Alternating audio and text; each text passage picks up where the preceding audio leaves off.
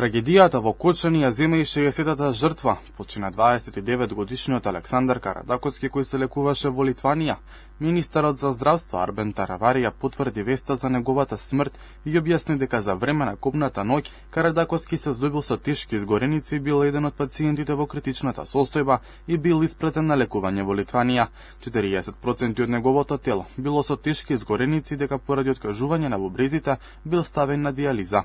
Дополнителен проблем била инфекцијата која се појавила поради огромната површина на раните на телото. На 36% приближно на телото од втори, трет степен, што практично отвара простор за појава на инфекции, и тоа е таа компликација која што плюс дишните патишта,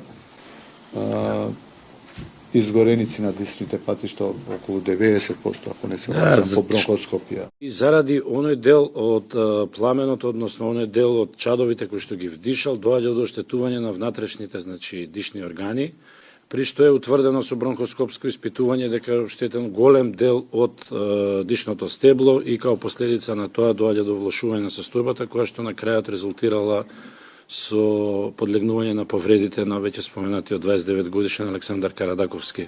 Карадаковски бил заведен како управител на кабарето Пулс, а според неофицијални информации работел таму како шанкер. Тој беше еден од 34-те осомничени за трагедијата во Кочани. Министерството за надворешни работи и надворешна трговија соопшти дека преку македонската амбасада во Варшава и во редовна комуникација со семејството на починатиот Карадаковски, како и со надлежните институции во Литванија.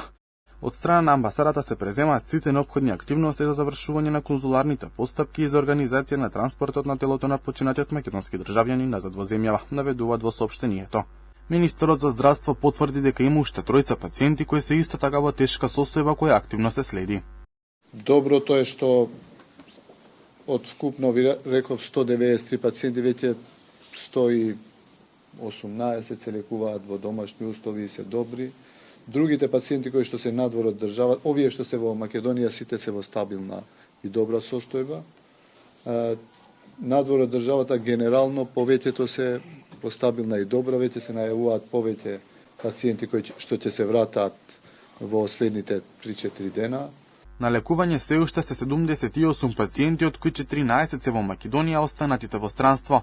Денес од скопските клиники на домашно лекување ќе бидат пуштени 5 мина, а во земјава треба да се вратат 6 пациенти, 2 од Бугарија, 2 од Шпанија и 2 пациенти од Унгарија, кои се добри и стабилни, но ќе се лекуваат уште еден ден по протоколите, 24 часа ќе престојуваат во нашите болници од кај што биле испратени.